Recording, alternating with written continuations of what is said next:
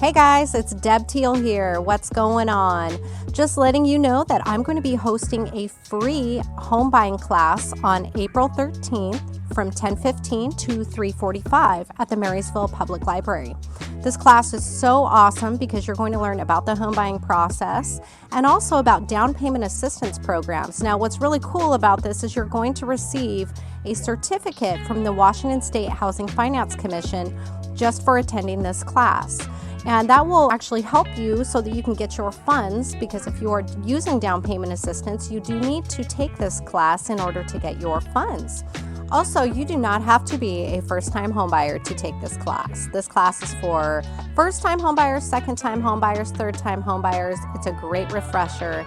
And even if you're thinking about buying later on down the road, this is perfect because you want to be prepared when you're ready to buy a house. The class is free and we are serving lunch. Again, this is at the Marysville Public Library on April 13th from 10:15 to 3:45. All you need to do is RSVP, call or text me at 425-343-7581, and I will get you a link so that you can get registered. So I hope to see you there. Space is limited.